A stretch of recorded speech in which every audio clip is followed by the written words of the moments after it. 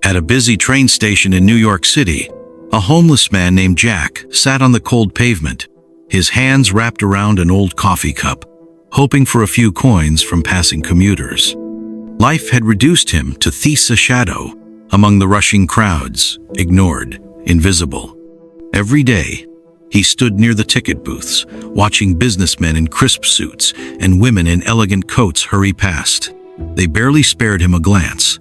One evening, as the sun dipped behind the skyscrapers, Jack noticed a tall, well-dressed man stepping off a train. His expensive suit, polished shoes, and confident stride made it clear this man was different. He radiated success. Jack's heart pounded. This guy looks like a millionaire. If I ask him, he'll surely give me a generous amount. He approached him and said, "Sir, could you spare some change?" The man stopped and looked him straight in the eye. Unlike the others, he didn't look away. For a moment, Jack felt seen. But then, instead of reaching for his wallet, the man asked, "You're always asking, but have you ever given anything to anyone?" Jack was taken aback. "Sir, I have nothing to give. I live on the streets. How can I give anything to anyone?" The man smiled, but there was something sharp about it. "If you have nothing to give, you have no right to ask." His voice was calm, but his words stung. "I'm a businessman. I believe in give and take. If you offer me something, I'll gladly give you something in return."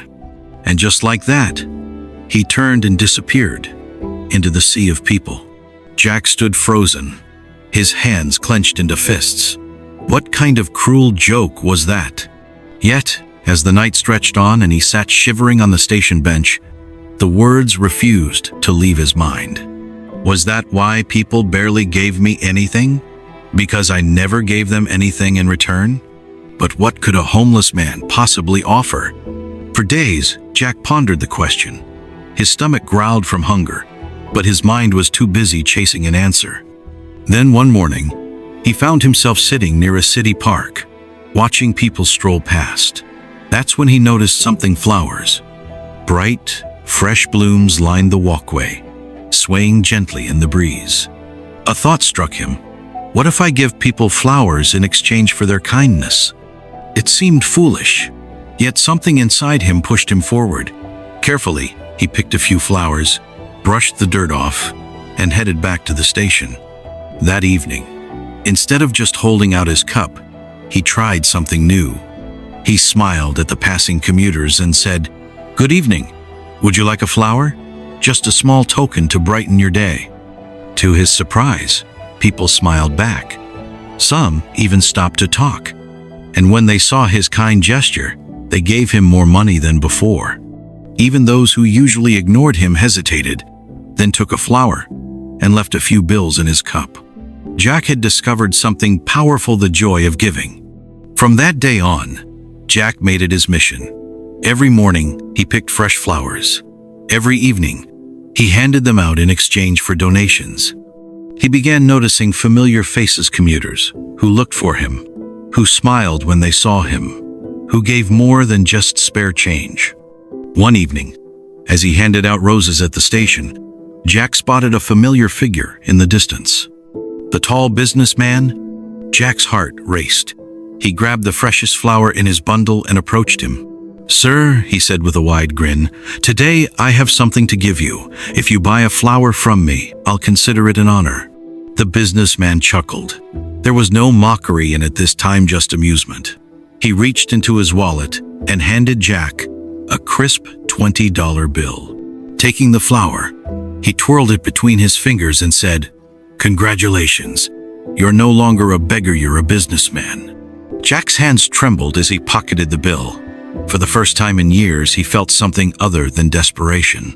He felt pride. That night, he didn't sleep on the pavement. He found a cheap motel room, lay on a real bed, and whispered to himself, "I'm not homeless anymore. I'm a florist, and one day I'll own my own shop." 6 months passed. The train station was just as busy, just as chaotic, but something had changed. Jack was no longer sitting on the pavement. He was walking through the station in a tailored coat, carrying a briefcase. His small flower stand downtown had become a thriving business, supplying fresh bouquets to cafes and hotels. As he stepped onto the platform, he spotted a familiar face, the businessman. Smiling, Jack walked up to him and extended his hand. "Do you recognize me?" The businessman frowned, then shook his head. "I don't think so." Jack grinned. "We've met twice before. Don't you remember the homeless guy you once spoke to?" The businessman's eyes widened.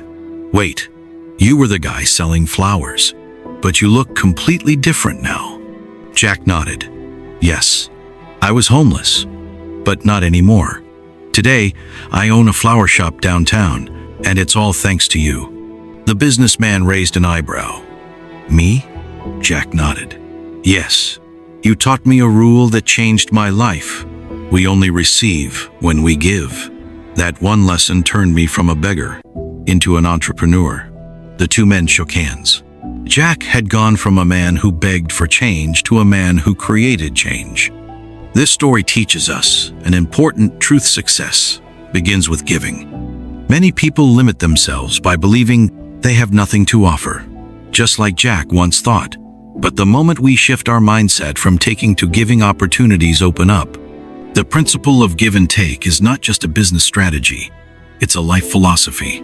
Whether in business, relationships, or personal growth, those who give value to others ultimately receive more in return. Jack's journey from homelessness to business success reminds us that no dream is too big, and no situation is too hopeless if we dare to think differently, act boldly, and believe in our own potential.